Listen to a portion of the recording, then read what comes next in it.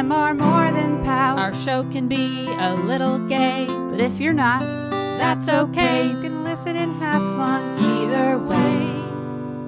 Xena, Star Wars, Doctor Who, guests and music and reviews. Game of Thrones, Winona too. We promise there's something for you. She nerds out. We're girls that like nerdy things. Nerdy things. Hello and welcome to the She Nerds Out podcast. I'm Kat. I'm Wendy. And this is Tara. On today's episode, guys, Mando is back. We're going to talk some Mando Season 3. We're going to talk a little Last of Us. Some gay stuff's been going on. We got some Oscar talk. We're going to do some predictions. And there's a mail sack. But before we get to all that good stuff, I have a question for you, Wendy. Mm-hmm. Hey, what day is it? What day is it? Well, starting on Tuesday, March 7th. You know what it is? National Cereal Day. Yes. I like cereal, and Quick, I do. favorite cereals. Go, Wendy. Count Chocula. Oh, the one I eat the most is Honey Bunch of oats with almonds. It's the one I eat the most. But I like Lucky Charms. I like Cinnamon Life. What is it? Cinnamon Life. Cinnamon Life? Yeah. Life cereal with cinnamon? Yeah, it's got little granule pieces of cinnamon sugar in there. Like, how do you go wrong with that? There's a lot of good ones out there. I think so, too. I love a good cereal. I don't eat Count Chocula all the time. For once, you can't get it all the time now. I think only around Halloween. Oh, that's funny. But I love it. And I eat, like, some other healthier thing. It's not as fun. Let's see. The 9th. Let's jump to the 9th because why not? It's Meatball Day. Oh, it's also National Get Over It Day, which I like as well. But I like a good meatball, too. I do love meatballs. That's like one of my favorite things. Mm-hmm. Really? I didn't know that. I get upset if I order spaghetti and meatballs from a to-go restaurant and they don't put the meatballs on there. I get upset. As you should be. That's some bullshit. Yeah. 10th, International Bagpipe Day. Okay. I feel like that's probably a very hard instrument to play. Yeah. I've never tried it. But when I was in Scotland, I saw some live bagpipes. They're pretty impressive. I felt very patriotic to Scotland in that moment. Yeah, how can you not, right? So powerful. Mm-hmm.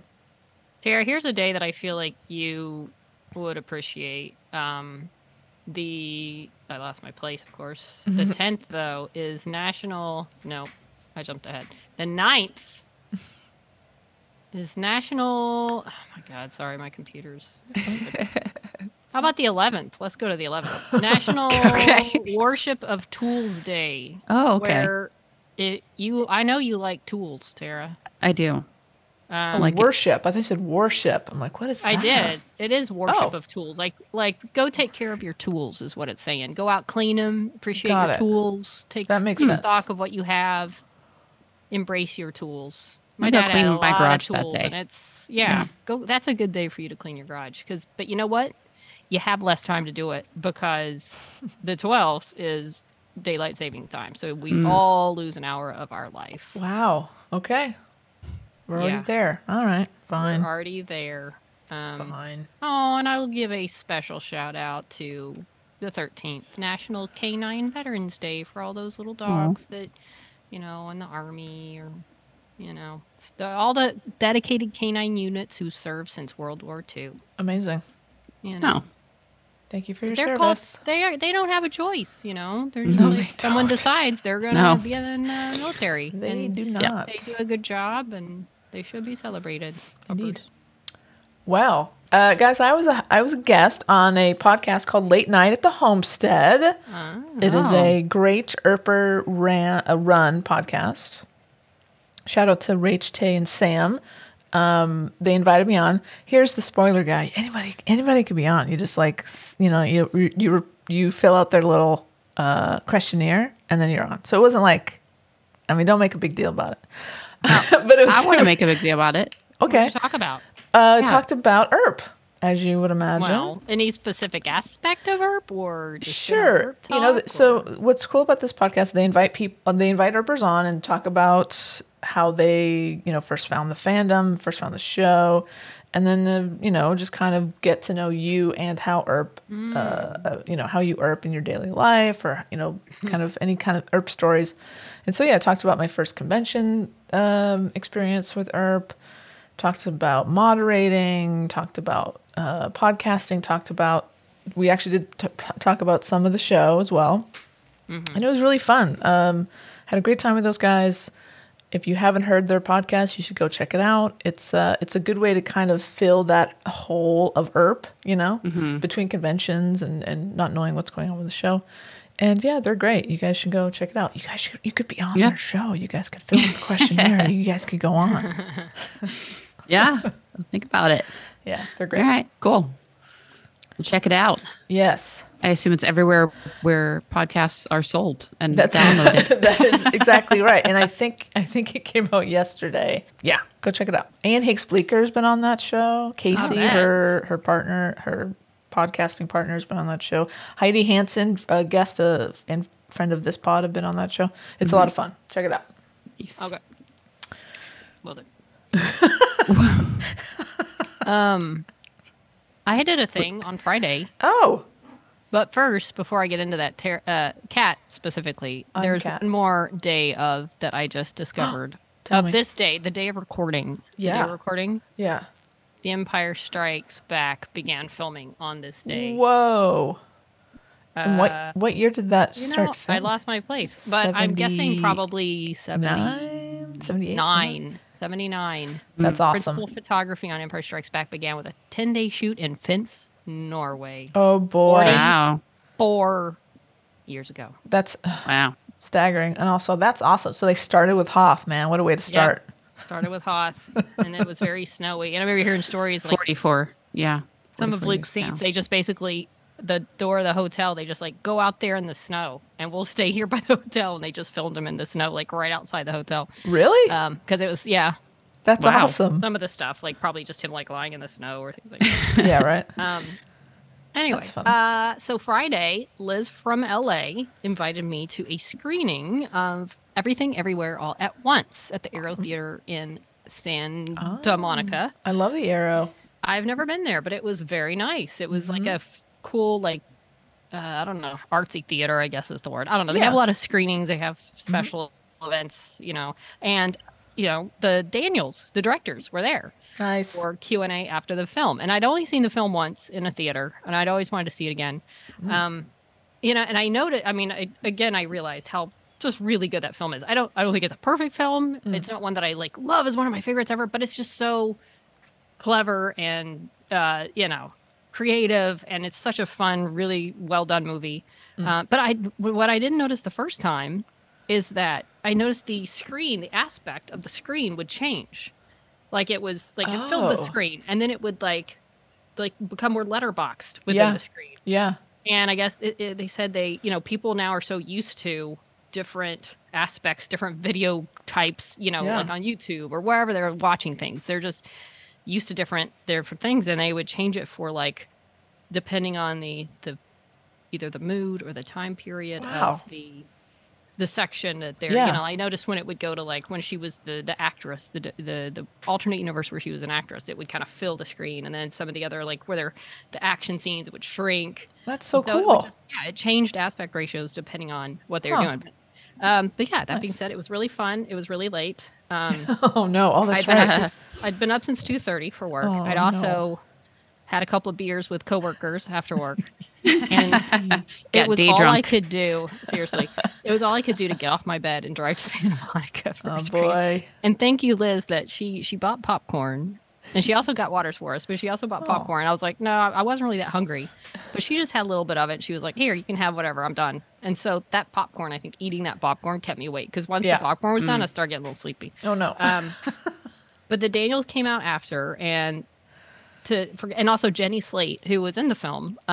She moderated sort of, but she did that Marcel the Shell with Shoes On movie, voiced that, and had a lot to do with that. And the effects, the woman who did like the effects and the animation for that was there too. That's fun. So it was kind of like they talked, and because after the Q&A they screened Marcel the Shell. Oh, how funny! Yeah, I bailed. I was too tired. A lot of people did, I think, because it was already almost 10:30 and they hadn't even started the screening yet. So Yeah. but yeah, you could tell the Daniels, they were like, what else can we say? Like, we've literally been talking about this for a year. It was about a year ago that the film had premiered South by Southwest.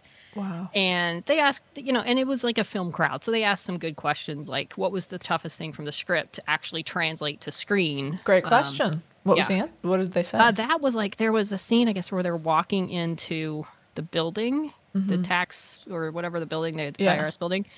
And there's just something about the logistics of like, that they had to walk here, but there was no bathroom here that they're supposed to walk to, where, like, just kind of more like a set sort of how to coordinate the scene of what they wanted more than any kind of crazy effects. That's crazy. Wasn't the hot dog fingers? Apparently not. No. Wendy's doing the hot dog slapping. I like it when she gets So that universe, like, gets the skill, and she's just like.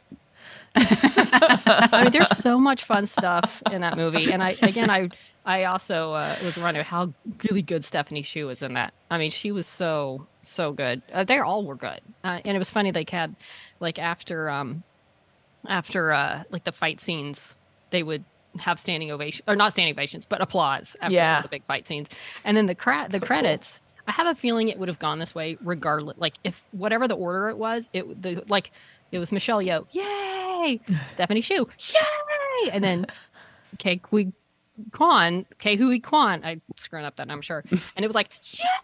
And so it's like, it ramped up. I'm sure it's like, if you'd reversed those, it'd gone the same thing. Like, exactly. Whoever was third was going to get the biggest applause. But yeah, it was a good ramped up crowd. Very excited for the film and fun night. And then afterwards, Liz was like, yeah, I think I'm going to leave after the Q&A. I'm like, good, because I am too, because I'm really sleepy.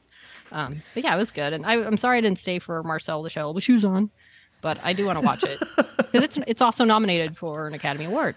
Oh, I didn't know that. Animated film, yeah, that's fun. So it was kind of cool. A bunch of Oscar nominated people sitting there doing the Q&A. Although they're kind of like, yeah, I don't know what else we can say because we've said everything there is to say about this movie, and they kept deflecting to the Marcel movie, which, but yeah, so it was a fun night. I was glad to see it again, especially right for the Oscars. We saw him win the DGA award, and I just realized, they swept there, right? They swept everything. Independent, just this weekend, Independent Film Awards, incredible. This there's so much momentum behind this movie, and I really hope it continues until next weekend, Oscars. I feel like it will. I feel like unless there's it's crazy to think if Spielberg wins, it's an upset at this point. I know, because right? I think it is. I think I would be bummed. Everything. I would be bummed if they didn't win.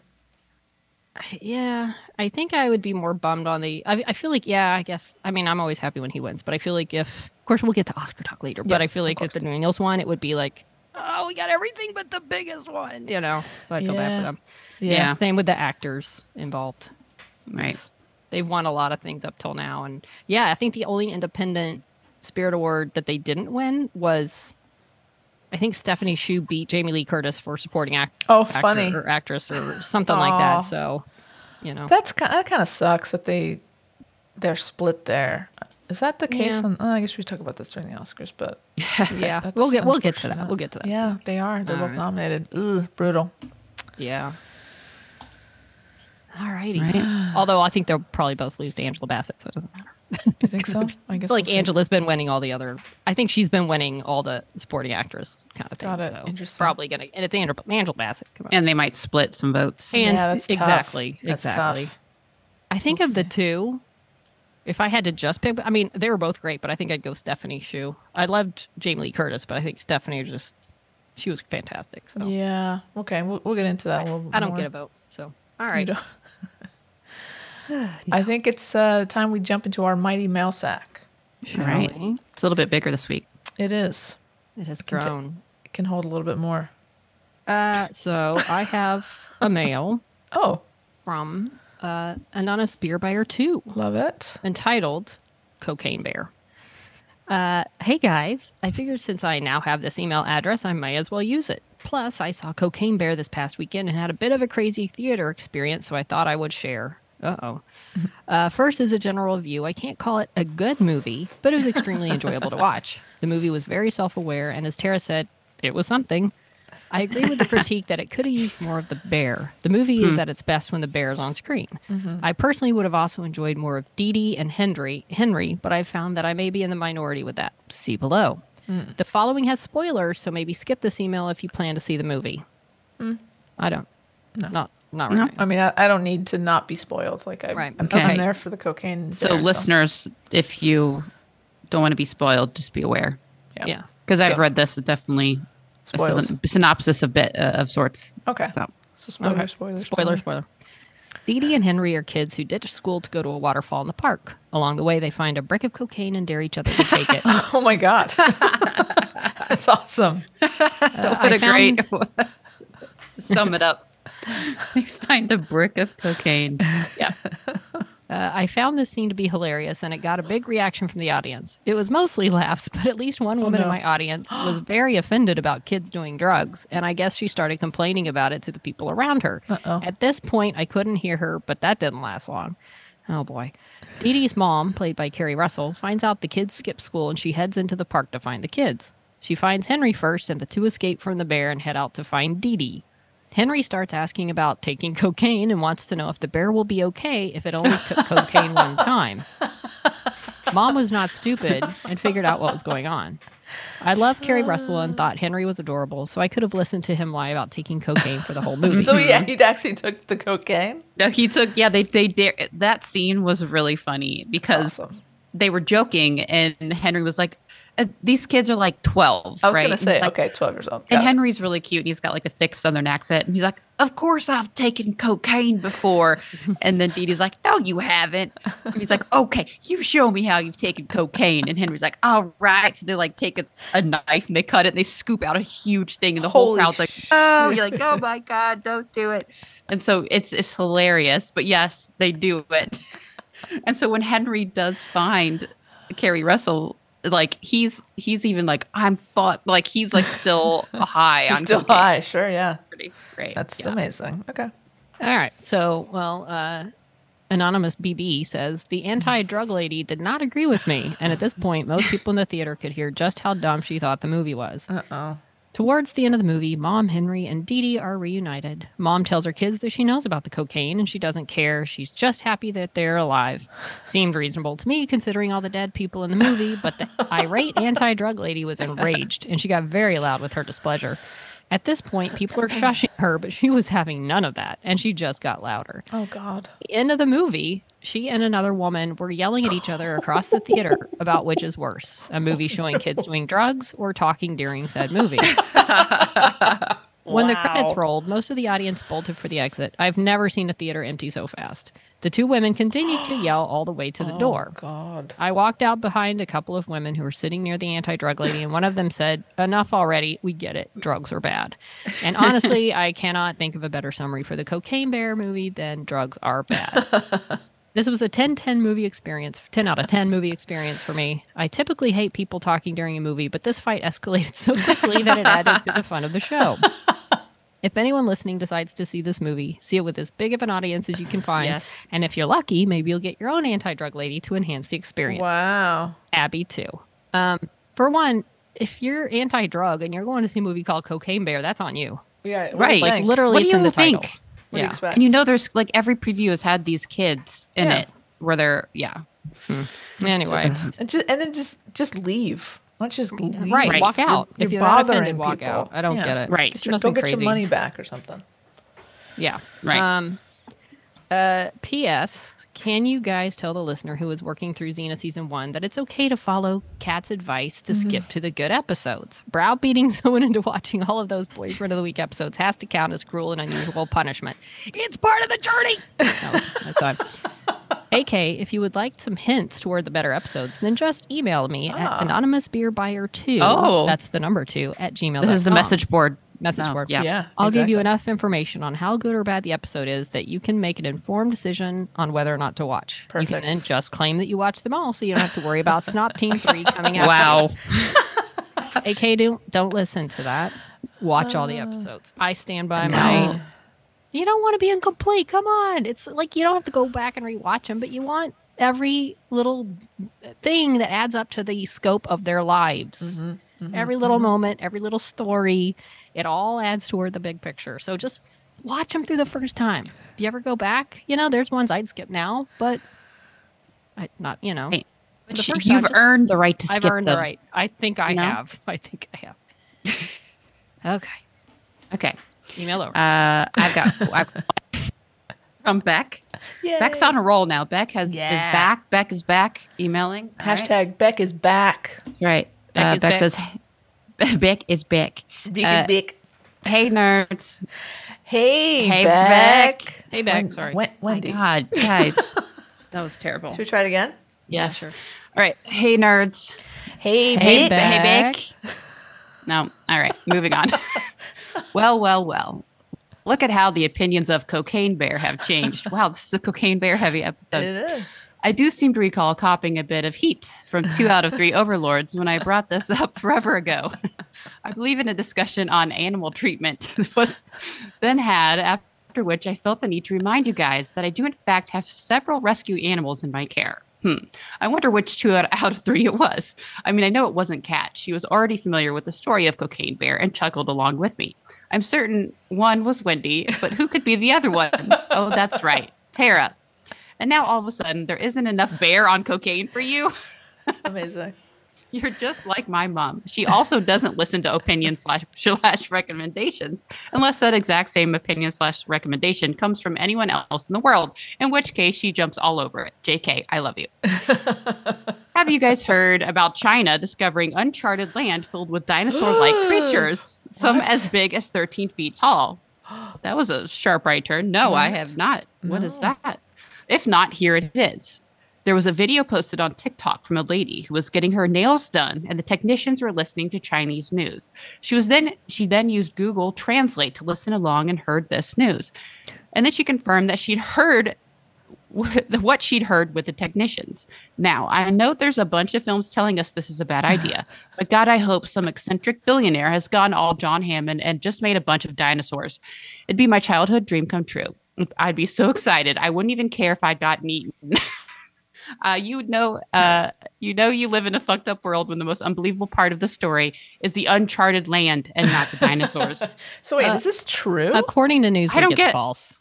What? Okay. I just Googled it, and it says fact check. Did China discover dinosaur-like creatures in uncharted land? And I just kind of scrolled to the bottom where it says false. There is no evidence that uncharted land full of dinosaur-like creatures have been discovered in China, nor are there any Chinese news reports of such a discovery. Well, they wouldn't be publicizing Right. it. That's what they would be saying. They'd be covering it up. Exactly. That's what they want you to think. Mm-hmm. All right, we got to go to China, guys. They're not going to say true. No. Everyone come visit Well, these dinosaur-like do your own creatures. research. Yeah, Do your I own bet research. the Chinese government is going to weaponize these dinosaurs, and they're going to send them over here in balloons. Wow. Actually, apparently, they already have. Prediction. That's my Super Bowl prediction for next year.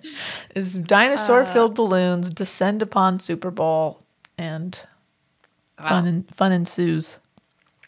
Okay. That's the conspiracy theory portion of the podcast. When you guys are talking about Kat and Leah, here we go. When you guys were talking about Kat showing off Leah, that's more appropriate, her wife, who she's married to. Yes, true. we get it. At your Super Bowl party, I had a very clear image in my head. You know the episode of Parks and Recreation where there's a banquet for there's a banquet for Marlene because she's getting some award and Leslie and Anne are way overdressed. That's what I immediately pictured, except it's Kat and Leah and it's in your house. It wasn't in my house, actually. It was at Kat's house. It was at Kat's house, yeah. So she had a right to show off her wife, I suppose. Did you Bad just taste, I refer to think. yourself in the third person, Kat? Yes, Kat did It was that. at Kat's house. Yes, Kat did that. This is what we have to deal with. I'm a monster. And listen, She goes yes, around and she says, "Isn't Kat's wife lovely?" This is Kat's wife. welcome to Kat's house. Yeah. Have a seat on Kat's couch. I was. So what? I was wearing a tux, and Lee was wearing a full ball gown. But who cares? That's how we walk around our house. They didn't tell us, so we showed up just in regular clothes, and then they were wearing that, so it was a little awkward. I thought it was lovely. Love you guys. Back. Love you, Beck. So good to have you back in the rotation. I have an email. I actually have 2 emails. and we're going to do them at the same time. It is from Nancy. Nancy. Our good friend out there in... Just Nancy. just Nancy in Vermont. This is coming to us from Vermont. Yeah, straight out of Vermont. Nancy, the title is Everyone Welcome. That's very sweet. She says, hi, nerds. Just a quick email to say 2 things. You are most welcome to visit us in Vermont anytime. Just make sure we will be in town. It is indeed a standing invitation. Very good. Note that, guys. We are always invited. She continues, and it would definitely behoove you to bring some flannel spending money. Number 2, if you're not already watching Shrinking on Apple Plus, you must. It is next level hilarious. Some of the same people from Ted Lasso are writing/running it. Wendy, I know you are not a fan of non-genre TV, but your husband is brilliant in it. Seeing him do comedy is priceless. He's Harrison Ford, the fucking national treasure. And the rest of the cast is brilliant as well. I guess I should mention that Jason Segel is one of the writers of the show, and he is the star. I mean, he's got the comedy cred, but I thought you'd find the Harrison Ford aspect more compelling. Bonus What weather is Shrinking? What is that? Is it a? It's on TV Apple show. Plus. It's like, I guess I'm not sure the exact. I think Harrison's a shrink, or yeah. I think he is. Yeah. I know I'm not a non-genre TV watcher normally, but I do plan to watch this because of good. Harrison Ford, and as well as 1923. I need to keep watching that because again, Harrison Ford, but also Jason Segel, who did the little show that I loved, Dispatches from Elsewhere. That's that was right. kind of had a crazy ending that I did not see coming, but I really liked that, and that he did that. That was his thing. And so I like me some Jason Segel as well. But yeah, Harrison, I do plan to watch Shrinking. That is on the list. I do love Jason Segel. He wrote one of my favorite movies, Forgetting Sarah Marshall. Oh, So watch that one whenever it's on. oh. So there you go. You can't lose with this show. Apparently, you got two great actors, and Harrison being funny. I mean, Yeah. That would be interesting for me. Yeah, I'd like to I'm see intrigued. that. I'm intrigued. And Nancy finishes this email out with bonus weather report. It's been snowing for several days, and it has dropped below 0 the past 2 nights. This is the time of year when winter kind of loses its charm. But feel free to fly out here if you want to keep us company and help shovel snow. If I Peace. could, I would right now. That And looks beautiful. Of course, it was like snowing around here like crazy when I was out of town. I know, right? And Same. which tragically, a lot of people are trapped in the mountains. We were having stories every day of like people having to try to walk to get supplies, and like somewhere there's like one store that was like the main source for everything, and they're closed because their roof caved in because of the snow. And every day we have stories of like people trying to get up, like or out of or in or out or whatever, and they have to like kind of do escorts with the police and make sure it's safe. And Yeah. it's not been good, but I do love me some snow, and that is beautiful, and I would love to be there because it's gorgeous. Beautiful video. Look, probably outside one of their windows, maybe. Oh, I'm sure. Just gorgeous. I am sure. Gorgeous. Thanks, Nancy. It rained for like 3 minutes today, and that, God, I was so happy. It was nice. It was 3 minutes of happiness, and then it was over. But it was fun while it lasted. I went outside and just stood there, and I was like, Did oh, you really? I Aw, did. Well, out in my so cute. little balcony, I just went and watched the rain, and then I was like, oh, I think it's over. Okay. I'll go back in. Inside. I'll go back in. All right. Is it my turn? It is. I have an email from Tracy. Hey, Snop Shop.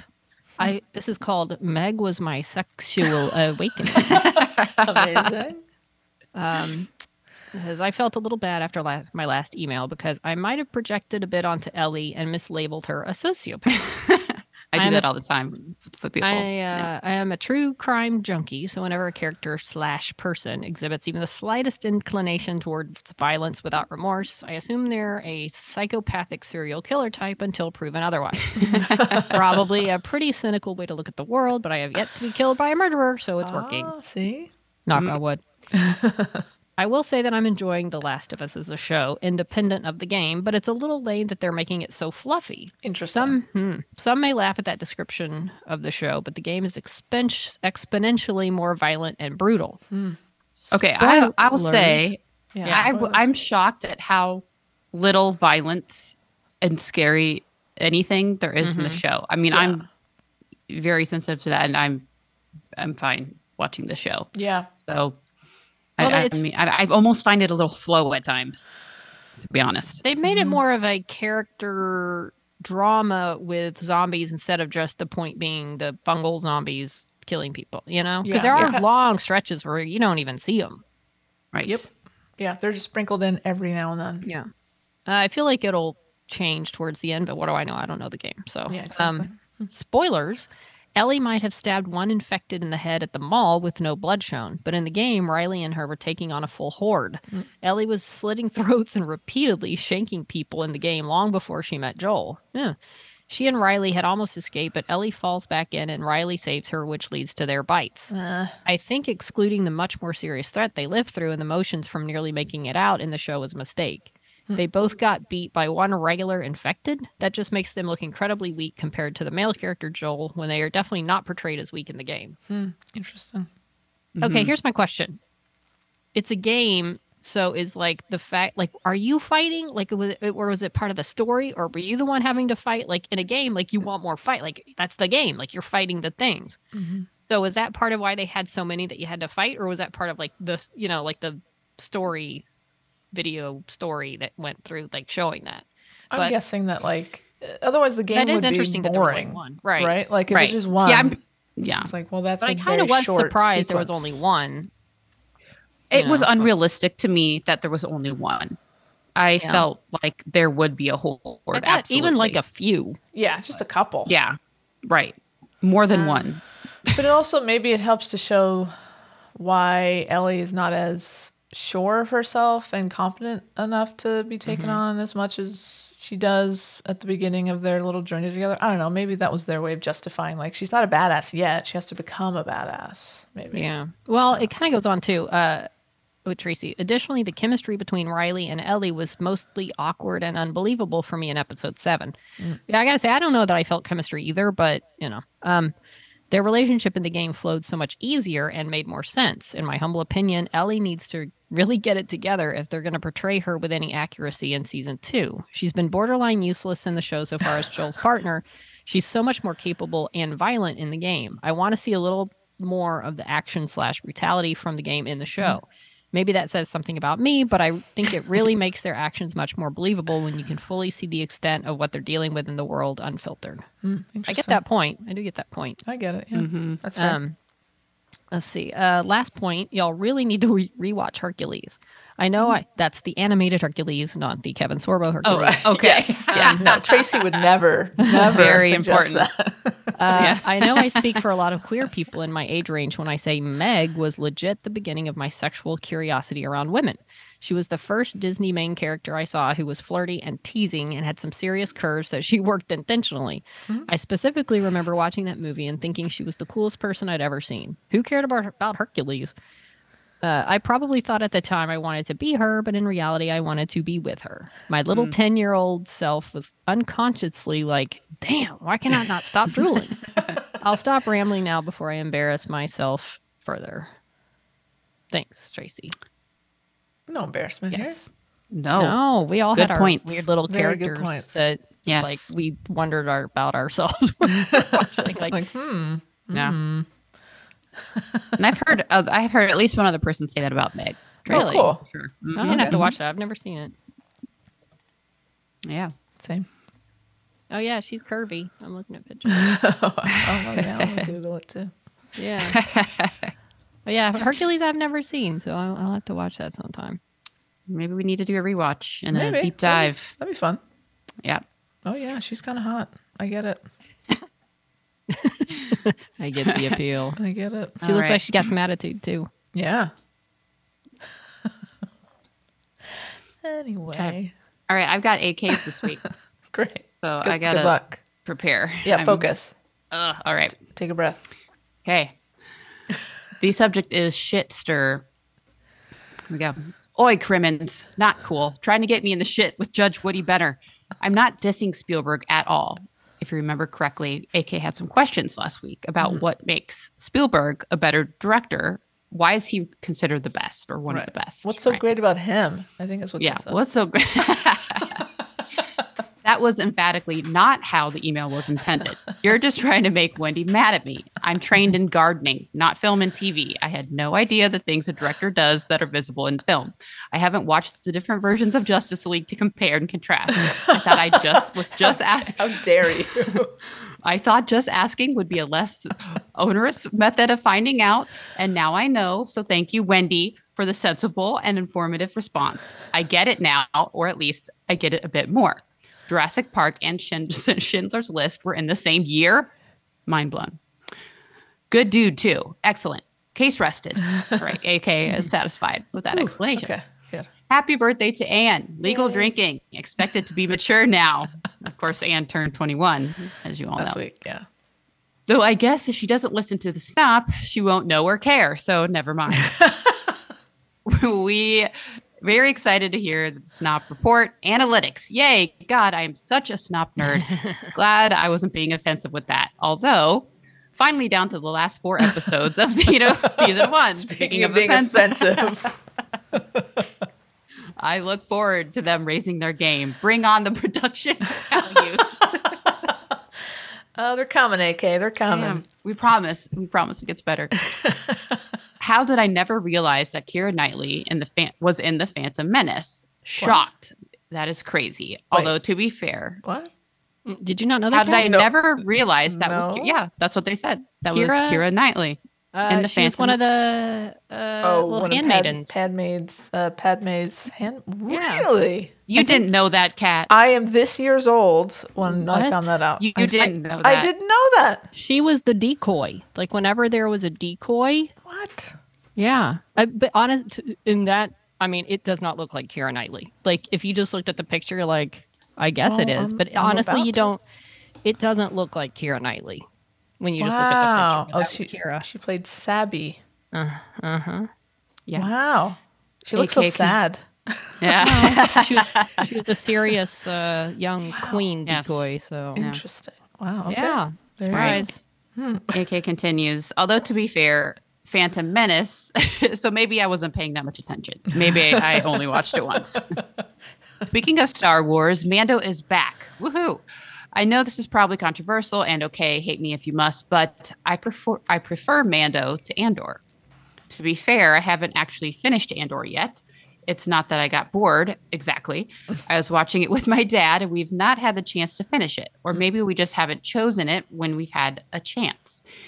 It's fine. It's probably even quite good. But it really isn't very cheerful.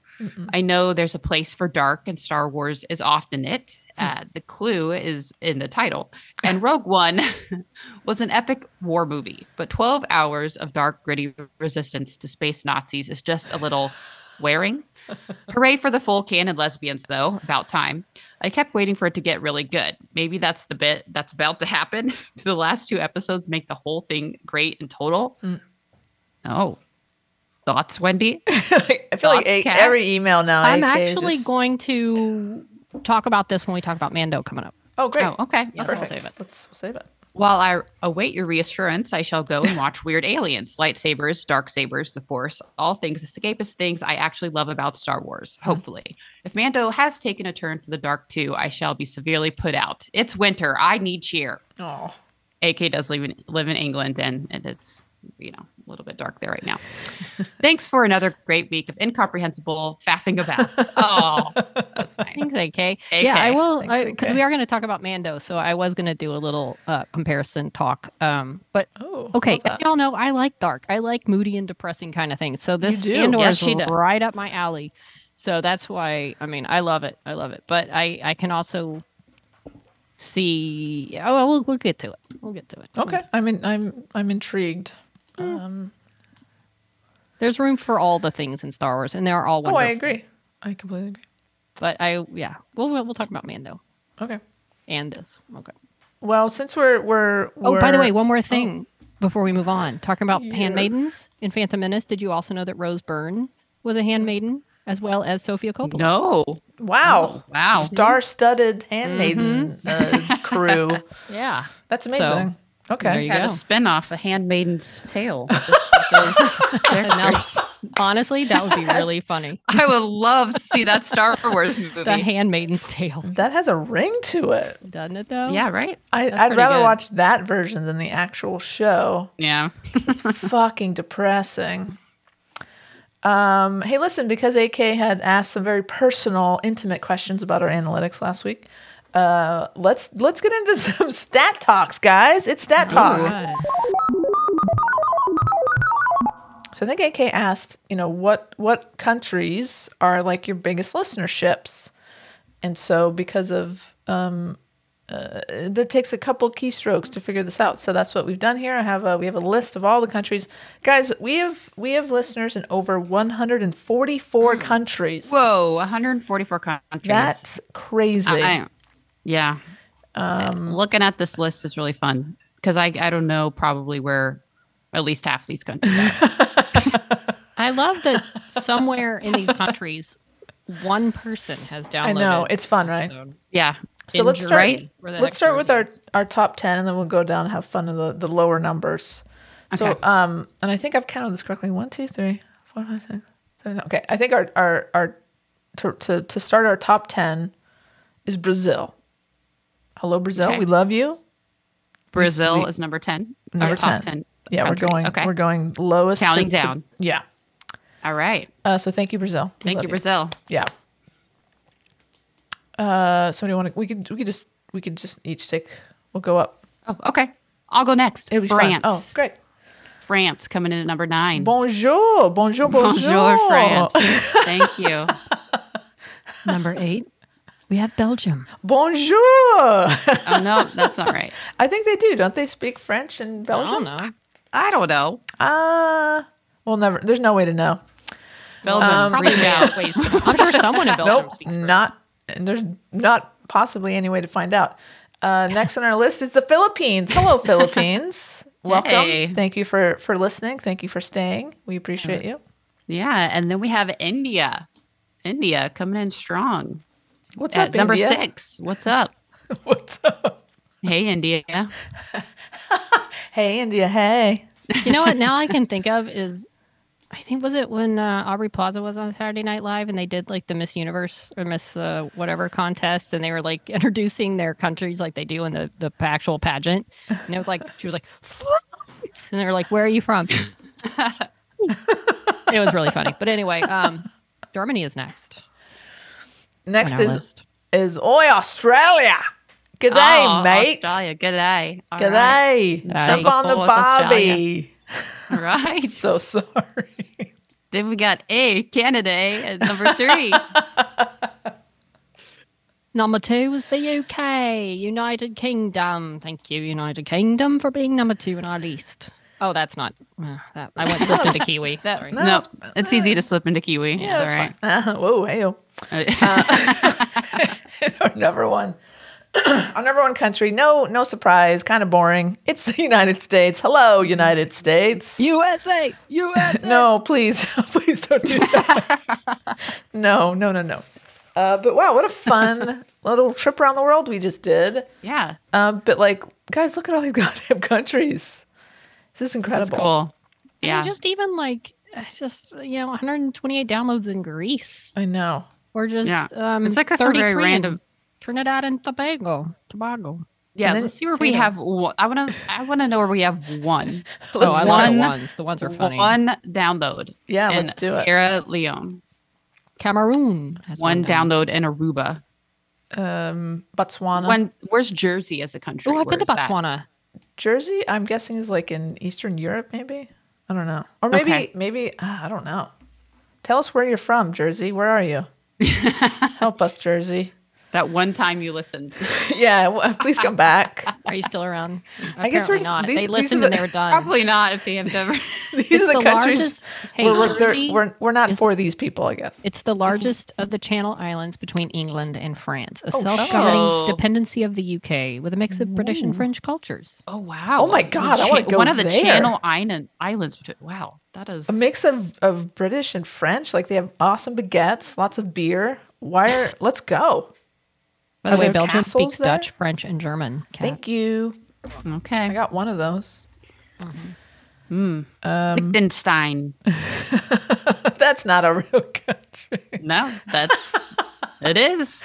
So it says Azerbaijan. Azerbaijan? Yeah. Oh, don't say it like you know. Don't say it Azerbaijan. like- It is. I watch the Olympics every year. That's the only time I see that Really? country is when they're walking by the. 5 in Kazakhstan. I know someone from Kazakhstan. Maybe really? that's what. Yeah, I used Aida. She was my roommate. Amazing. Maybe that's her. Maybe she's listening. Maybe Papua New I'm Guinea, gonna tell myself that. French Polynesia. This is so fun. Latvia. Only 126 in China. We need more. That's a big place. We should. Wow. Yeah. Well, I mean, when we go looking for dinosaurs, we can tell That's people true. to That's listen true. to the podcast. Egypt. We have listeners in Egypt, Morocco, Or we had. Vietnam, Romania, Hungary, That Japan. one time. This is so cool. Yeah. Wow. I'm trying to find a country I've never. Okay. Heard of? Well, there's a few in Iceland. That's Oh, good. a few I'll take listeners that. in Iceland, yeah. I'll take those few. Yeah. Nice. Macau. Where's that one? Macau. I don't know. Where's Martinique? Martinique. I think it's an island. I think it's one Okay. of those like Polynesian-ish type places. Oh, that's cool. Man, we're gonna offend so many people. Yeah. We should apologize. If you for live in ignorance. any of these countries, please let us know if they're way off. All right. Yeah. Cool. So there you go. That's really fun, and we love all of our listeners, boy. And thank you everybody for who has stuck around. And Hey, and if for you just downloaded us once, thank you for that one time. yeah, one and dones, we appreciate you too. Come back. We'll do better. Try to give you a reason to download a second time. Send us your constructive feedback, please. Yeah, Yes, which show was please. it that you liked? We'll try to do that again. Yeah. Yeah, Or was it that you didn't like so that you didn't return? yeah, We'll Yeah, stay away from that. yeah. We'll try. Well, thank you to all those who keep coming back. Yeah, we appreciate you. So that was some analytics fun, guys. There you go. Numbers. Numbers. One more mail here from Liz in LA. No words, just the title OMFG the cuteness. And it is a picture from the Mandalorian episode 3 premiere of baby Grogu holding, and I believe they're called Anzellans. Okay. Basically the Babu Fricks. Babu Fricks. Is what Babu Frick, bad baby, bad baby, bad baby.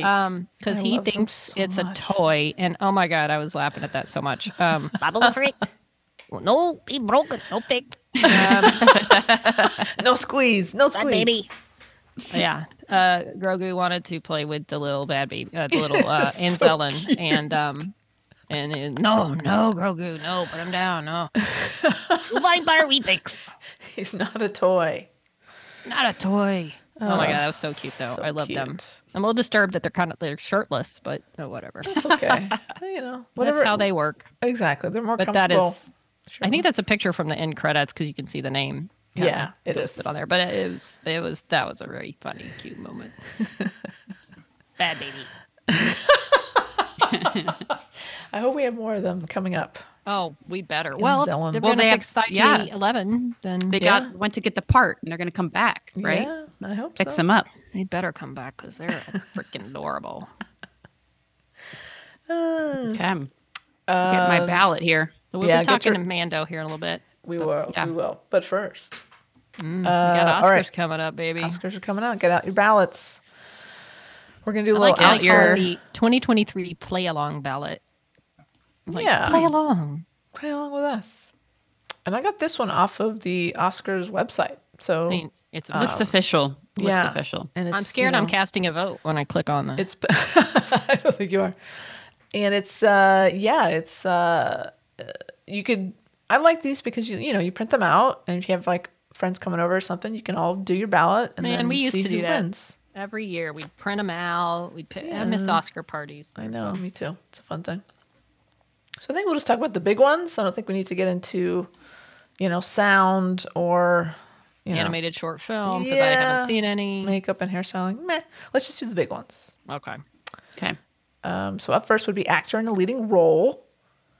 We have Austin Butler from Elvis, Colin Farrell from The Banshees of in Sharon. Brendan Fraser from The Whale, Paul Mescal from After Sun, and Bill Nye from Living. By the way, at work they haven't said seen any of them. just think of Ed Sheeran in a Sheeran. That's how you Perfect. say it. Oh, okay. Nice. If it's anybody but Brendan Fraser, it'll be a major upset because he's won everything and everybody's rooting for him. And I haven't seen Yeah. any of them either, but apparently he's very deserving. Okay, I'll vote It's a for great him then. story. Yeah. Brendan's got my vote. Maybe that'll get Batgirl released. He was in that too. Which one? Oh, he's in Batgirl? Yeah, he was in Batgirl. No way. Brendan Yeah. Fraser is a Batgirl? Yeah. Didn't he play? What did he like? I didn't know that. Was he the pink one? I feel don't like know. It's maybe. like, I think he was the Oh, pink one. boy. Thank you. Yeah. That Well, is fascinating. good luck with that. Maybe. That's the only thing they'll get a release probably. Maybe. Or a Okay. lawsuit. Next Okay. is actor in a supporting role. Again. You can read the nominees. Oh, I'm going to do it. Yeah. Okay. Brendan Gleeson, Banshees of Ed Sheeran. Ed Sheeran. Ed Sheeran. Brian Tyree Henry, Causeway, Judd Hirsch, The Fablemans, Barry Keenan? Keenan? I don't know, something. Banshees of Ed Sheeran, Ki Hoi Kwan, Kwan. Everything Everywhere All at Once. You know what's funny on this? Like, first of all, I think Ki Hoi Kwan, if he doesn't win again, it's an upset because he's won I agree. all the Yeah. things. And compared to his role in Everything Everywhere All at Once, like Judd Hirsch, the only other one of these I've seen is The Fablemans. And he Right. was like in 2 scenes or something, or 2.5 scenes. I mean, he was barely in it compared to, I mean, Ki Hoi Kwan could almost have he wasn't necessarily lead actor, but it was far more substantial in what he did in his screen Got time. it. Not that Okay. that plays a part, but again, if he doesn't win, I think it's an upset because he's won everything. And I really, really, really am rooting for him to win this. And it's a feel good story, you know? It's Fantastic to story. see this Right. guy have the comeback like this, it's just I really hope they give it to him. You know, they always say too, like when they've been winning all these things, like the speeches, how they're handling it, it kind of plays a part into if they like if somebody's nominated and they're winning and they're kind of a jackhole and they don't show up and they Right. whatever, like they may not get the vote, but he's been so charming and Gracious. just winning everything, and like Yeah. he should win it. I hope he does. Me too. He's got my vote. Oh, for sure. Actress in a leading role.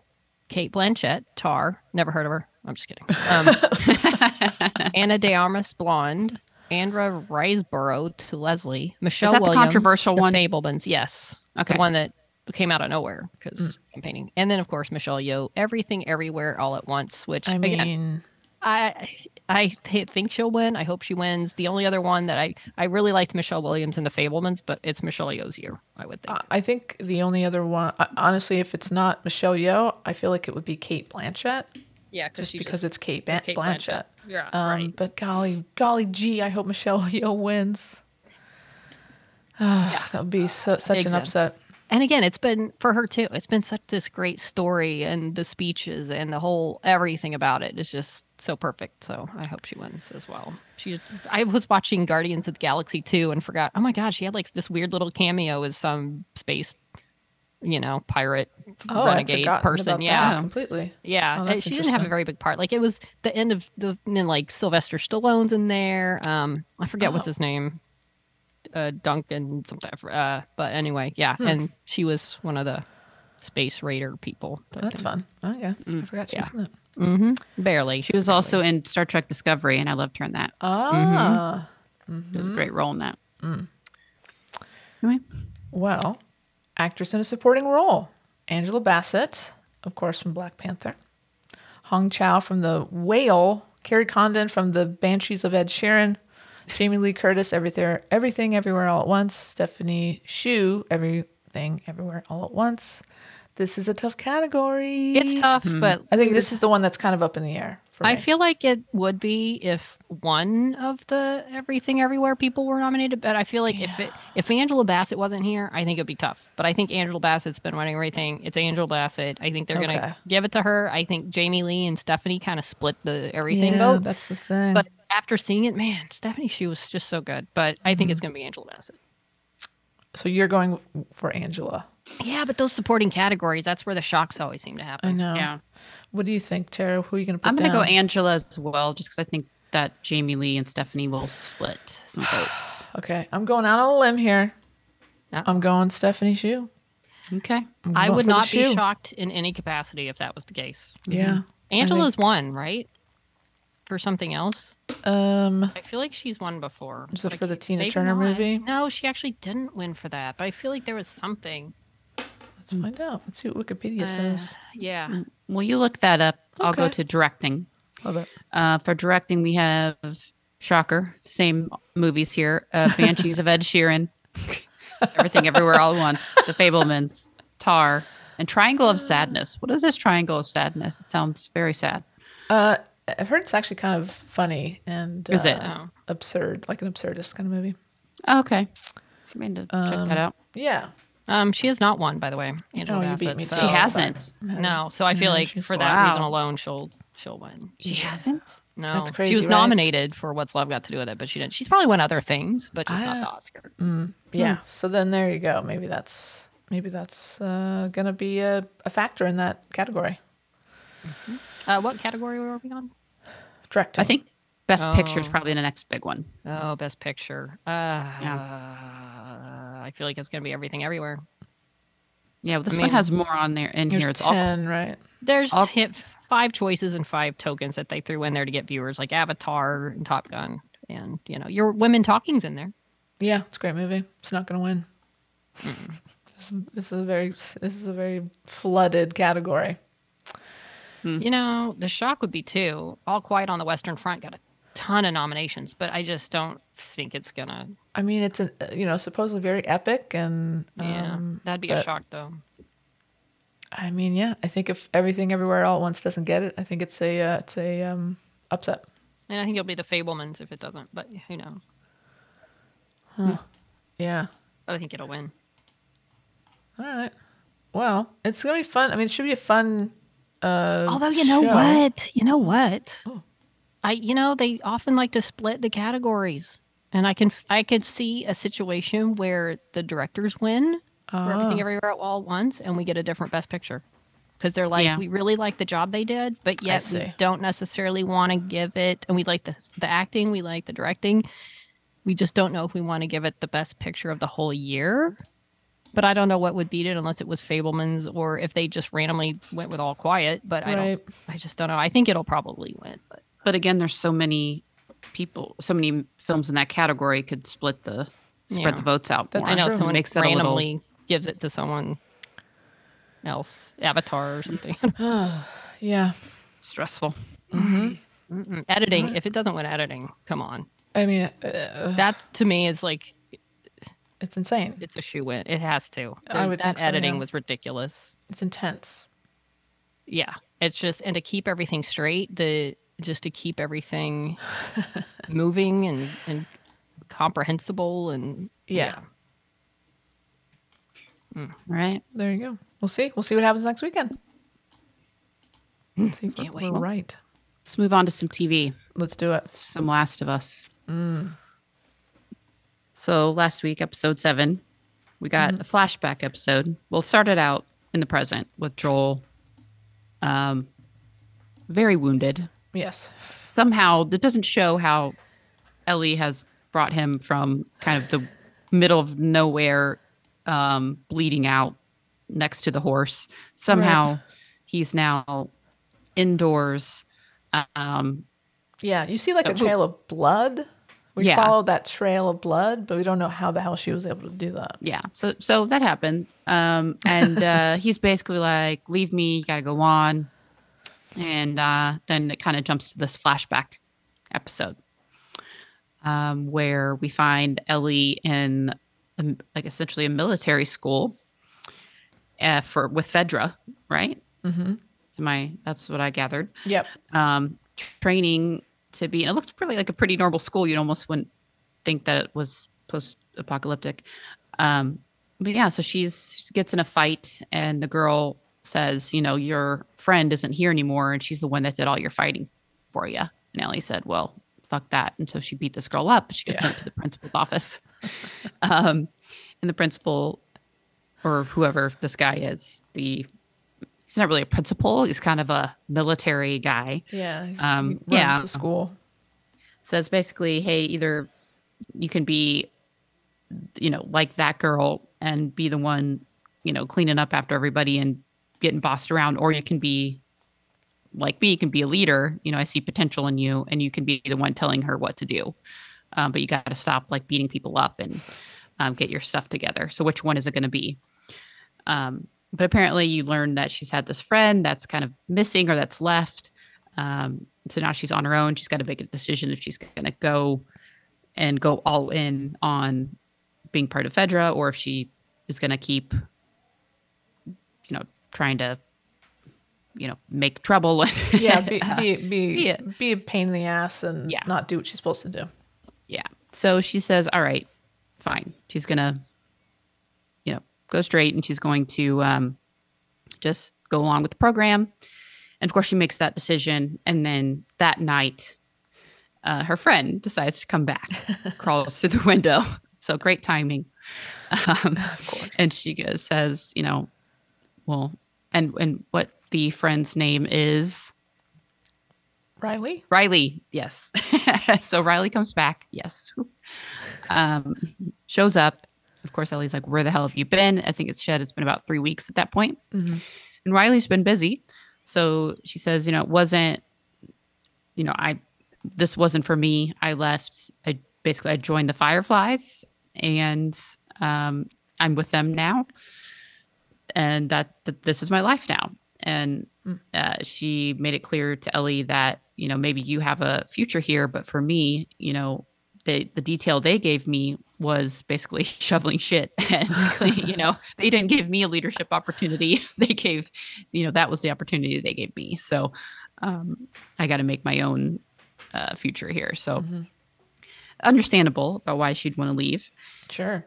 Ellie's not too happy about that, but she understands. And Riley basically says, hey, do you want to go on this? I don't know. She doesn't really say it's a mission at that point. She just kind of says it's like I want to show you something. I want to show you something. Come with me. It'll be fun, right? So she said like, oh, it'll be fun. We'll sneak out. No one's out and about. No one's looking for anybody right now. Because Fedra's so dumb or whatever. Right. So they sneak out. They say, she goes, oh, I'm going to take you to the mall. And Ellie says, oh, that place is crawling with infected. And Riley says, oh, no, that's what they want you to think, right? It's fine. It's fine over there. So they show up. They go to the mall. And they go in. And I think that's when Ellie kind of gets the picture that maybe she's on more of a mission with Riley, or she's there to, I don't know if it happens then or later, but anyway, Riley's kind of asked her to help her with a few things along the way, but also, yeah, you're helping me, but hey, let's make the most of it. And this is, just enjoy it while you're here. And I want to do something special for you. So they go into the mall, and it's underground. They're in Boston. So if you're familiar, there's a lot of underground stuff there, because Ellie's first question is, hey, well, if you're going to turn on all the lights in this mall, because Riley wants to light it all up and make it special, everyone's going to see. And she goes, no, we're basically in a bunker. So yeah, let's do it. So she flips on the lights, and a great circa 2003 shopping mall lights up. They have the whole place to themselves. It is pretty. It's fun. Very pretty. Yeah. Very pretty. The lights come on. It's very kind of eerie. Especially in that world. It's yeah. They have just been magical. Right. So, there's plants growing in the mall, but there's also, neon lights and all that. Yeah, so it's fun. So they do some walking and some walking and talking. Well, the first thing that excites her was electric stairs or whatever. It's like, that's really cute. The escalator, and she's like, I'm going up, I'm going down, I'm staying in place. And she's just having a ball running up and down the escalator. Yeah, what'd you say? I got like four special things to show wonders, you. Wonders of the wonders. Yes. And that was not one of them, but kind of she's like, but there can be 5. There's 5 wonders. I like that part where she tripped. It almost made me think, did that really just accidentally happen? Because it looked very, very like real. Yeah, real. Yeah. So I'd be curious to know if she really fell. But anyway. And then another one was a carousel, right?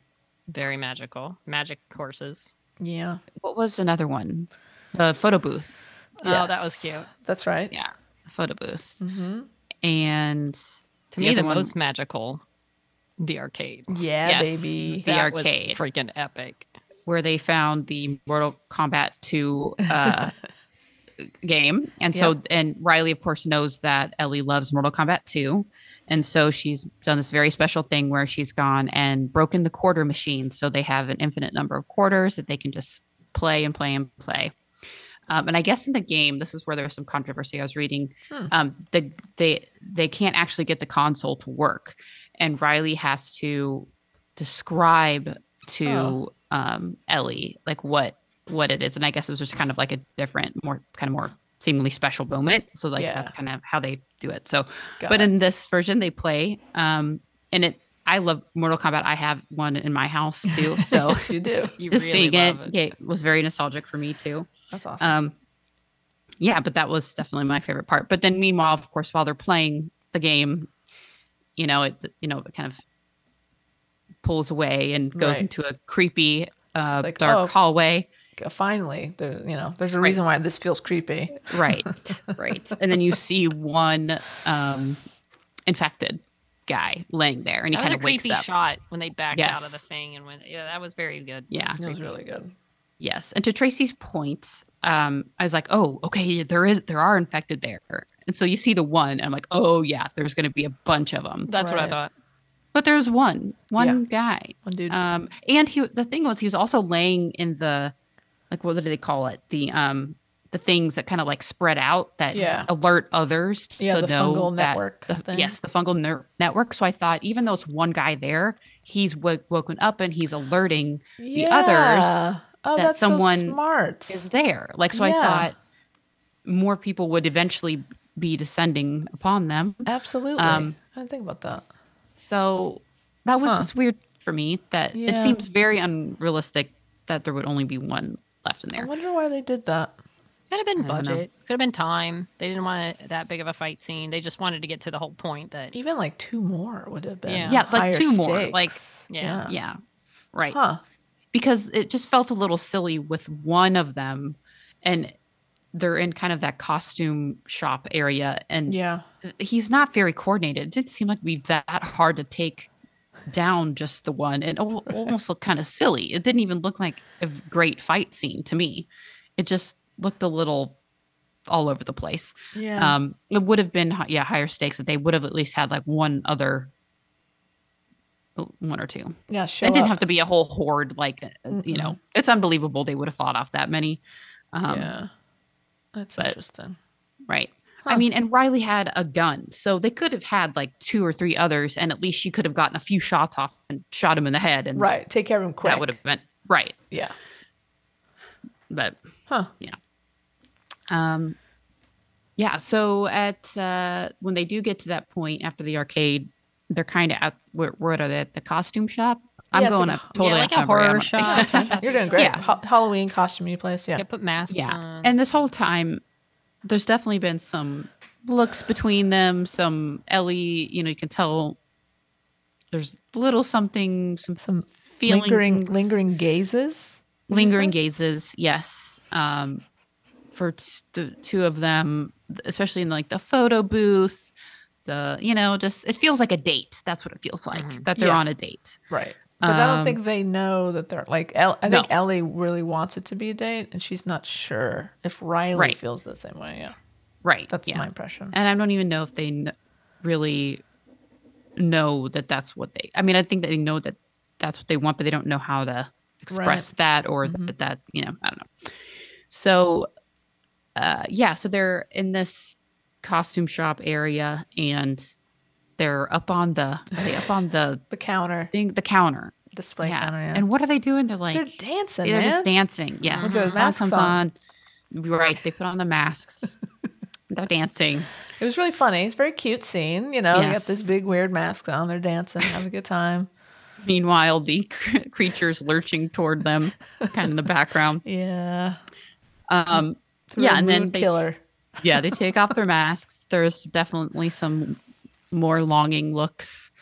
I can't remember There's a what. smooch. There's a smooch. little I smooch. can't There's a remember what smooch. led to the smooch. Like, what was Yeah, I don't really either. wasn't like that I think maybe was it like Ellie saying, "Please don't go," or I don't know. Did she know she was going yet, though? I think so. Yeah. Yeah. I think she told her she was going to Point? Atlanta. Okay. Yeah. Right. And she had accepted it at that point. Yeah. That's right. And then she's like, I won't. I think she said, I won't. Right. After Ellie says, please don't go. She's like, I won't. Then maybe that's in the smooching. Yeah, I think that's when it happened. Right around there. That feels right. And then, of course, you knew, well, then this is going to end horribly. I mean, because you already knew it was. And then almost immediately, the infected guy pops out. Right on cue, man. Two young girls enjoying a nice, lovely moment. Cue the bloodthirsty fucking zombie. Yeah. This is why we can't have nice things. No. So that lasts about 10 seconds.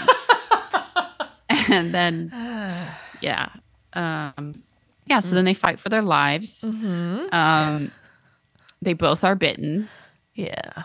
And they realize, like, oh, shit, what are we going to do? Yep.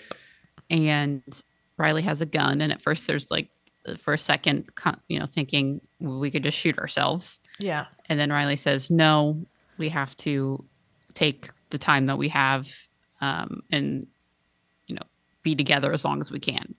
Because there's a nice conversation that they have earlier about why Riley wants to go, because Ellie's just having a hard time understanding about why would you want to go with them. And Riley says, you've never experienced loss because you were an orphan, or, I had a family. I want to feel like I belong to something again. So that's why I chose the Fireflies. They chose me. They want me to be a part of that, and I want to be a part of that too. So, when she tells Ellie, we have this time, so we need to make the most of this time that we have. So we're not going to just like take it away. So we're left, and then they just kind of are holding each other. And then that's where it ends. Well, that's the last we see of them. So we don't get to see them, Riley changing. We're left to kind of imagine what happens. We have to imagine that.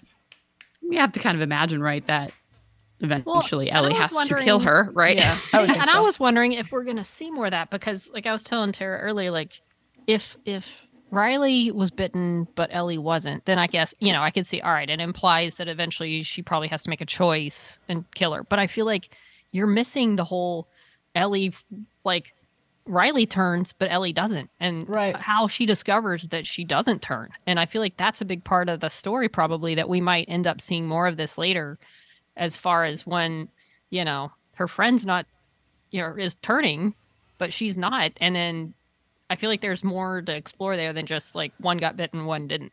Right. So we'll see. And then how do the Fireflies recognize that she's special and not like, oh, you're about to, no, we're not going to take you in. You're going to turn any minute and kill us all. Like, how do they know that she's special? And I think that could even make the story more tragic if, like, when she discovers she's fine, but her friend is turning into a fungal zombie. Okay. Right. Okay. Yeah. So we'll see if that's some good that'll drama. fuck you up. They're gonna they're gonna mine that. I'm sure we'll see that moment for sure. Yeah. So then it cuts back to her and Joel in the present, and she, in the present, Joel is still saying, "Hey, just leave me, just go, get out of here." Yeah. And she's just kind of flashed back to that moment where, someone she's cared about has said, "No, we're not going to end this quickly. We're going to spend this time that we have together. We're going to do something with it." So she decides, fuck this. I'm at least going to try. I'm going to try to save him. Yep. So she runs frantically around the house, ends up finding a needle and thread and going and sewing him up. And it's kind of a nice moment where she kind of looks at him like, I'm going to do it. I'm going to sew you up. And he's like, okay. Okay. But he realizes that, she's going to try to save him. And he kind of gives consent for that. So, then we get to see that. Yeah. And I like how he told her to leave. Graphic. he told her to go north and go find Tommy, and she leaves. And then of course, she's not going to leave. But I think he thinks he kind of, I feel like he had to look like, oh, she really left me. But then she comes back. So, yeah. By the way, that mall in the episode, that was effects. That was not, that original shot where it all lights up. That was all video effects that they got access to a mall in Calgary, but it was kind of puny. And they wanted it to be bigger. Longer. And it was one of the more expensive shots that they did for the show, apparently. And they're kind of like, is it worth the money for this shot? And they're like, yeah, this is a big moment. It's worth it. And I guess they probably used them all for, more intimate shots, like close-ups. But that whole thing at the beginning where it lights up was effects. Very cool. Yeah, that makes sense. Because you got to control. It's a good shot. It's all very precise. And I think they probably would have used them all. It was like an abandoned mall, but it was just like it was too small for what they wanted. Got it. Yeah. Yeah. Very cool. Yeah. I guess, but like it's Sunday right now. We're recording. We need to see what happens next today. We don't know what happens next. I mean, that was a fine episode. I definitely wasn't episode 3 level with Frank and what's his name? Yeah, Bill and Frank. There's definitely not that kind of chemistry, and for sure. But also, they're like 2 13-year-old girls. So right, I mean, right. How much you gonna show? But yeah, and all I don't know. It's kind of a different. It's kind of like your first crush or first, versus like your life partner. Finding your life. I don't know. It's just a bit different. Totally different. So yeah. That's why I'm surprised we didn't see. I mean, she killed a zombie and she seemed fine with it, but I can't remember the line earlier, like that she'd killed someone, and I don't know if she's referring to the zombie or also then going to refer to her friend. I think it's right. Right. If she has to kill her. She referred to in an earlier episode. She said to Joel something about at a mall having to kill. She's killed before or something in a mall. So yeah, I think she's talking about having to kill the zombie and Riley. Right. I think you're right. Yeah. So we shall that's see. depressing. It's very sad. Well, the show's not a comedy, so no, But let's talk about a lighter-hearted show. Okay. Sort of. Mando is back. Let me tell you this.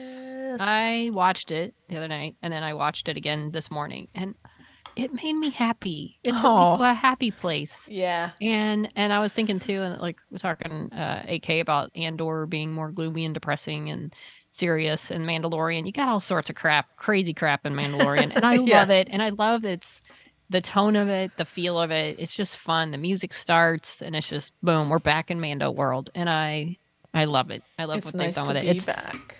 It takes place 2 years after the last season that we saw them, or I guess probably 2 years since we saw them in Boba Fett. But it's it starts with a scene of, and I have questions. So you got the armorer making a little helmet for this little boy that originally I think a lot of people are like, ooh, is that Djarin, Mando sure. getting his helmet? Mm-hmm. And then I watched it again this morning. I was like, man, it doesn't really look like him at all. But you just kind of think this is his helmet. This is his becoming a Mandalorian. And then I thought, okay, it's a little helmet. And she's like, you can never take it off. Yeah. Is it oversized? Does it grow with the head? Does it keep the head small? Do they want Mandalorians to have tiny heads? So they give them the helmet when they're little? It doesn't make sense. How does that work? Here's the thing. They have to switch helmets and take it off. No. They're not allowed to take it off in the presence of others. That's what I thought. Okay. They're not allowed to take, I think they can sleep with that. I think that's what you're not allowed to take it off around other people. With other people. Well, I hope he gets a bigger helmet someday because it's a little boy with a little helmet. Yeah. I think you can take it off to put another helmet on. That's what, I think that's all right. Okay. As long as that's within the rules. What if you have to sneeze or puke or something? You can't leave it on, right? You wouldn't think. Wow. It's messy. Well, yeah. Hopefully we won't. What if you need to clean it? Is it antimicrobial or? It must get so gross in there. I did it showed her putting the electronics in there, and she puts it on the head. It's like, shing, you might need to fix it at some point. You take it off to fix the electronics. Just wearing a mask around for COVID, your face gets all gross and you're fighting it. Yeah, that's crazy. Well, it made me also kind of want a Mandalorian helmet. Oh, sure, cool. yeah. But anyway. Who doesn't? Once you put it on, you can never take it off, though, Lindy. So. That's fine. I'm fine with that. But but the ceremony's interrupted because this big sea dragon lizard thing comes out of the water. So cool. And Straight starts out of attacking the poor Jurassic Mandos. World or whatever. Yeah, it's Exactly. great. It's a big old alligator. Space alligator. And they're not having a lot of success fighting them. They're like, take to No. the skies. And they're Why would they shooting try them. fighting it? Get out of there. That's what I'm That's saying. That's what true. I was saying. What are you their doing? land. Mandos can take a lot of things down, but they were really struggling with the space Yeah. alligator. Why not just run away. away? Why are you trying to kill this space alligator? Yeah, Also, that why didn't make Can sense. it go Did this on thing- land? Just back did up. this thing shock you? Like, why are you doing your thing? Is this the first time you've ever seen these things pop out of the sea? Maybe Right it's there? a new Right. You're home in the for the lagoon. Mandalores. Maybe it's a new place they've set up, and maybe this is the first ceremony they've had where they put them in the water, and Right. they didn't know that thing was there. You all have those jetpacks on. Just fly. Get outta away. here. Let's go. well, Grab, just scoot luckily, up somebody else and fly away. Why are you trying to take this thing down? lucky for them, that we realize Very it's not lucky. a flashback because Mando shows up in his little fighter with the baby Grogu and Yeah. shoots the thing and blows it up, and so everything's all good. Oh, that was gross. The guts everywhere. was that gross. was, that was funny. And then he and the baby show up. The baby's like, he lands and he looks over, and then all of a sudden, little baby Grogu head pops up, my and it's God. like, Cute. ba-da-da, ba-da-da, and it's like, oh baby, we're back. So, but sadly, he talks to the armorer. He says, "You took your helmet off. You're not one of us anymore. You have betrayed your oath, and worse, you did it on purpose." And he's like, "Well, I can go swimming, Bathe Whatever in the- the Sea what of is it? The Mandalore, sea- whatever. the something. underworld of Mandalore, the living waters of Mandalore." She's like, problem. They're not there. It was all messed up. Bad So he's like, look, news. we found this thing that showed like with Mandalorian stuff on it. And like, what if they're there? And I like how it's like, well, what if they are there and I could do it and that counts, right? And she's like, this is the way. Like, okay. She's I like, mean, Sure, whatever. I I, guess I so. like I like the way she said that line. She's like, this is the way. The contract Okay. says. So he's like, all right, we'll try that. He's like, great. So- That's all I needed. Great. So you're saying there's a chance. So you're saying there's a chance. So then he's like, all right, let's head out. So then he flies, and I think this is where when he's flying to Navarro, Yeah. basically where we first met him, where Grief Karga, aka Carl Weathers, who I'm kind of getting a little crush on. I think he's cool. He's, But, he's a good-looking man. Yeah, He was looking sharp. he was His Yes. outfit. high magistrate. That's right. But on their way there, it's really cute. They're flying like hyperspace, and you're seeing these creature whale-looking organisms going through, and little Crazy. Grogu's like, oh, looking around. And apparently that is something that was seen in Rebels, which people are saying Ezra's going to show. Oh. That's something to do with the character in Rebels, Ezra, which I Who's think Ez- they have cast. Who I think is, I haven't watched Rebels, so I Who's don't know a lot Ezra? about him. He was a character in Rebels, like the main character, I think. Okay, cool. So I That's think fun. he may be showing up. I think they had cast him, and everybody's like, "Ooh, that means he's coming back because it has Okay. something to do with him." And I can't fun. talk to it because I don't know. But Okay. it was a nice moment, and he was like, "I'm getting a little scared," and so he crawled it through his little hatch Oh, and it's so curled up with cute. Mando. That was So very sweet. cute. But it was cool. So It was cute. very pretty. Yeah. So he stops in Navarro, which is done quite well. Grief has turned it into a respectable town. Mm-hmm. It's got your little salacious crumb Kowakian creatures in the trees. little bat Long monkeys. calamari walking around. You got musicians, which I want that band to go to Galaxy's Edge. I want to hear them playing at Galaxy's This Edge. should 'cause have it was been so Galaxy's pleasant. Edge. Like Right? this little Navarro world is like that would have been Yeah. like a perfect. I like this world. Galaxy's Edge.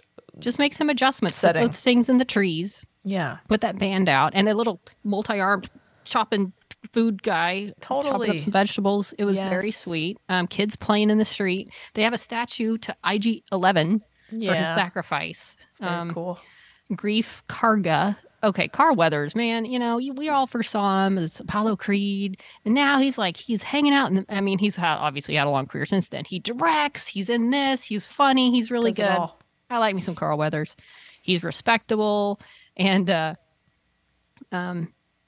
he brings up Mando to his office, and he's saying, you should just stay here. You've done your thing. Just have some land, stay here, live the fat of the land. You're good. Yeah. And he's saying, I got to go get my, respectability back. Got to be a Mandor 'cause I took my helmet off. He's like, even better. They don't even Fuck want you. it. Just stay here. And I do like there was a moment where he says, you, the little one. And Mando's like, Grogu. It's like, excuse me? He's like, Grogu is his name. He's like, something like, whatever you say. Like, whatever. Okay. I just thought that was like with the fans, like that was sort of the fan thing of like, yeah, Grogu, whatever. He's still Baby Yoda. He has a name. Right. But he keeps saying that, just settle down and settle down. He's like, no, I can't do it. And then one of his little worker droids shows up and says, sir, we've got the problem. There's some pirates. So the pirates have shown up because back in the day, and I do love, which I call them robe droids. He's got his cloak and his robes, and these two little droids are like tagging along, cute. carrying the hem of his cloak. But so I call them not probe droids, robe droids. Robe. Can we also talk about how Baby Yoda in his office when they were talking, he was just in the background in the chair using the Force to spin himself. So cute. And then he used the Force to grab like a little space candy, like a little jelly bean. And the whole time, time. In the background of every scene, I just like to watch Grogu. What's Grogu doing? What's his little face? What's his facial business? Expressions? Yeah. Doing? So they go off to check on these pirates who, like, the old bar where they used to get jobs from Grief. It's now school, and the droid won't let them in. They're like, "This is our bar. We want to go in and have a drink." And Grief's like, hey, it's my town, it's my school. We don't have a bar here. We're respectable. Come. And he's doing the cool. He's like, let me get you a drink. Let's go to my office. Let's have a drink. It's all good. They're like, you bring us a drink here. This is the bar. And he's like, no, I'm not going to do it. He's like, you've gone soft. He's like, have I? He shows the gun. The other guy's showing his gun. And then it's like a standoff. And then, of course, he just shoots his hand. He doesn't shoot him. He shoots the gun out of the other guy's hand. Give him a chance to get out of there. Get out of here. And then the other pirates, Mando's standing there keeping watch. The other pirates are like, I think we want to fight some more. So they pull it. Grief and Mando take them all out.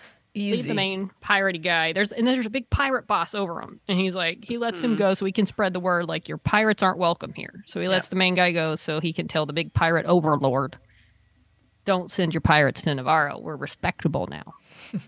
So they talk a little bit more about they do mention Cara Dune, Marshall Dune. Yeah, that was a nice little you should stay explanation there.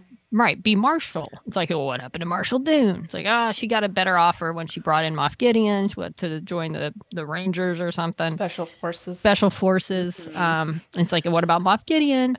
He's off at a New Republic War Tribunal. So it's like, okay, bye-bye. Obviously, Cara Dune's not coming back. We may see Moff Gideon, maybe not, but here's where they are. Don't worry about them. Don't worry about it.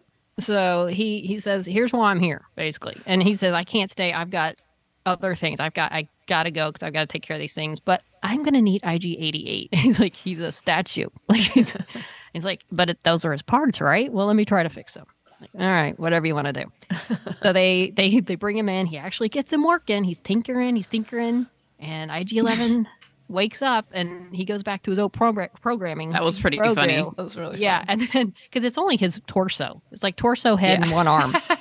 And so he's going after little Grogu. And so like this very creepy way where he's like dragging himself. Yeah, it's very creepy. Very Terminator. T2. Yeah, Terminator for sure. So so he shoots him. He tosses Grogu to Grief Karga. But I like in the end it's his little helper droid, like the IG-11's like crawling on the floor, and then the little helper droid just shoves a statue of, I think it was of Grief, towards him, and Grief's head just smashes the head of IG-11, and Mando's like, well, that's using your head. So they're like, okay, well, we need more help to with his new memory circuit. So who can help? How about the Anzellans, aka the Babu Fricks?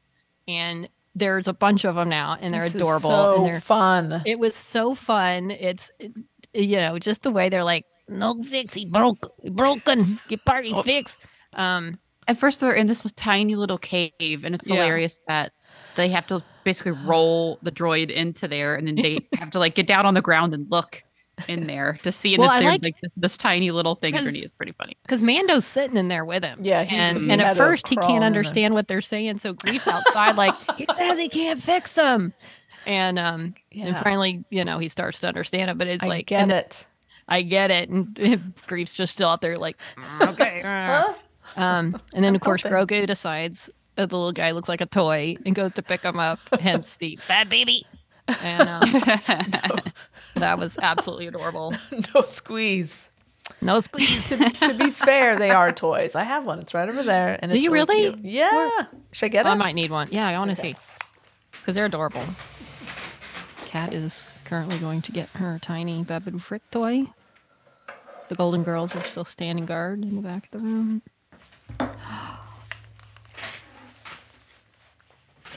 Did you get that? Get that. That's adorable. It's not Did to you get that scale. at Black Spire? No, It's I got kind of to this. scale. This was a Target purchase. Oh, okay. And Oh my god, that's so but wait. cute.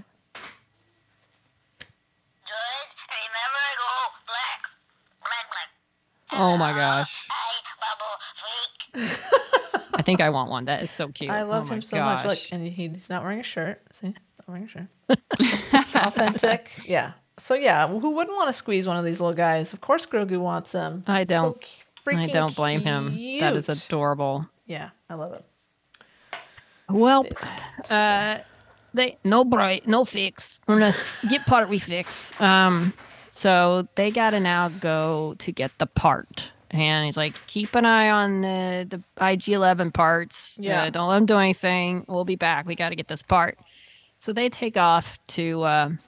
They're gonna go off, do whatever they're gonna do, but they run into more pirates. The pirates are there waiting for them. Yeah, they are. So they have a little skirmish. Of course, he takes out the pirates and then sees the big giant pirate ship with Yep. Pirate King Gorian Shard. Oh. It looks like a weird hybrid character out of Pirates of the Caribbean with like Yeah. seaweed hanging off of him. Totally.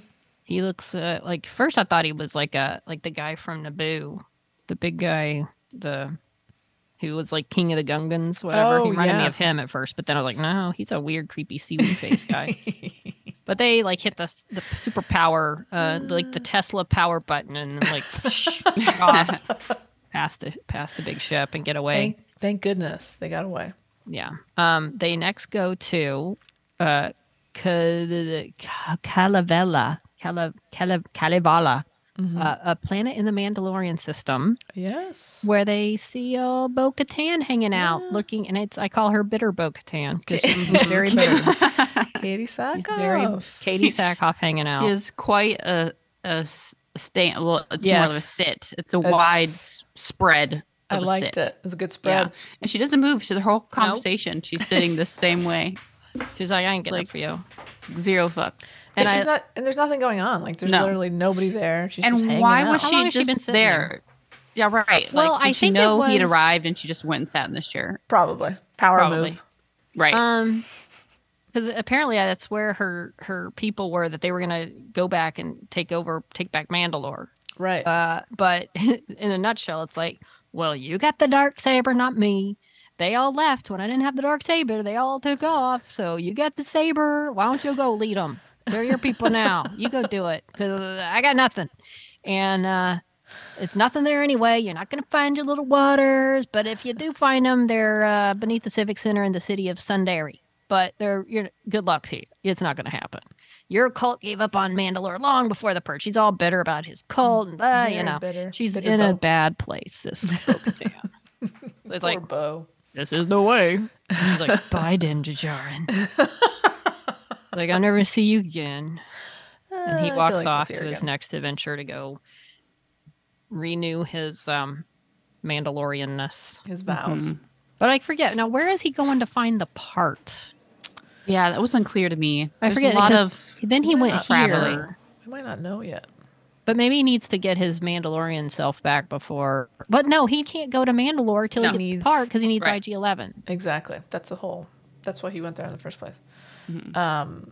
To Navarro. So yeah, no, he's gotta go find that part next, right? So he gets the part, then he fixes IG-11, and then they go to Mandalore. Right. I'm sure lots of shit's gonna happen along the way. Yeah, probably. That's why they have a lot of episodes. That makes sense. Things can happen. Yeah, sure. Yeah, that's how TV works.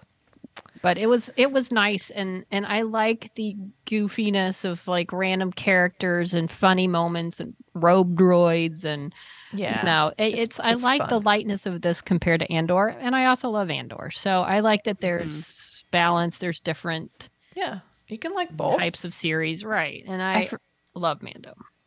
I forget where it happened. It was either at the very end or maybe when they were with the whales, where Grogu comes down from his little perch in the ship and basically snuggles up to Snuggles up. Mando, but he's like, he like holds him and he teaches like, now this is how you navigate the Right. spaceship. See, you have to like watch your gauges, and they have a cute little scene where Yeah, he's he's teaching him how to be yeah. a Mandalore. It's really And, cute. and Grogu seems a little older. He walks a little better on his own. I mean, a little. waddles. Waddle. Trying to catch up with him. I know, it's like he makes him walk a little bit, but but he's had 2 years of training. He's 2 years from the training, I guess. So he's gotten, 2 out of like 800. It's not a lot, I guess, but That's fair. But he's still very much his impulsive self because he's still a baby. he wanted to squeeze. Wait, has he talked yet? Are we gonna hear him like say "daddy" or something? We haven't heard him say an actual word yet, right? No, just gurgling. Daddy. Gurgling. Oh, by the way, it said that, where was I reading? It had one of the reviews had like fun moment of closed captioning and was like curious gurgling noises or something Amazing. for Grogu. I guess that was the caption. But yeah, I feel like at some point he's got to say a word like Dada or Mando or something. I don't know. And that's going to be like the Smoke moment, like it talks. Like when Lisa Simpson finally talked and it was Elizabeth Taylor's voice. I forget what did she say? I forget. I remember that was a big moment, but It was apparently not very memorable. Like, I don't know. It doesn't matter. Maybe they'll get somebody to voice him when he actually talks. Like, Mark Hamill or something. That would just be weird. Hello, how are you, Father? Like, wow, he's really picked up on common. or is he going to talk like Yoda? For who I am, Right. That would make He's gonna sense, have right? or is that just a Yoda thing, or is it they're like species that does We that? don't know. There's no way to know. Ooh. Oh, I bet we'll find out. What I about think what was the other one? Yodel? Or- Yodel. Yaddle? Yaddle. What did she do? I don't think she talked a lot. She may have in some animated stuff, but I don't think she really talked in the movies. question. She just sat on the council. Yaddle. Typical. She didn't yeah. get to speak. Exactly. I feel like I'm looking at a quote from Yaddle online, just typed. But I feel like it's not Yoda speak. It's just a sentence. What is it? Give us your best yodel. Whatever lies Darth Sidious told you, whatever you have done, you can make up for it now by bringing him to justice. I don't know if that's how she talks. Must have been okay. a Yoda thing then. Yeah. Yoda, Wow. Yoda had his own way of speaking. Interesting. Very interesting. So we'll see what Grogu does. Oh, but you know what? In the animated series Star Wars Tales of the Jedi, actually, I just watched one of those today. So I'll keep going through it and see what nice. what Yaddle sounds like. But it's voiced by Bryce Dallas Howard. Oh, that's fun. That's fun. Yodel is? In Tales of the Jedi, which just came out last year, I think. Okay. So I'll let you know. I'll report back on Yaddle. Please. We need a yodel update. Okay. I'll get on that. The people need to know. Yaddle. Okay. Well, it's off to a I'll great get on that. start. It's like you said, Wendy. It's good to be back. And, It is. Yeah, we'll keep going with these episodes. And Yaddle Watch 2023. You got to keep us up to date. Yaddle. All right. I'll keep on Is it. that All right. I think that's it. that's that it, covers guys. a lot of ground. Oh, Babu. Babu Frick. Bye, bye, Frank. Well. Alrighty. Well, on the Twitter, we are at Snot Podcast with 1D. Or Facebook and Instagram at She Nerds Out Podcast. You can send us an email at shenerdsout@gmail.com. You can go to our website, shenerdsout.com, for all your snopping needs. Bud baby. No squeeze. No squeeze. No squeeze. All right. Well, till next week to see how right or wrong we were with our Oscar predictions. She nerds out. Out. She nerds out. We're girls that like dirty things. Dirty things. Oh, Babu, I love you.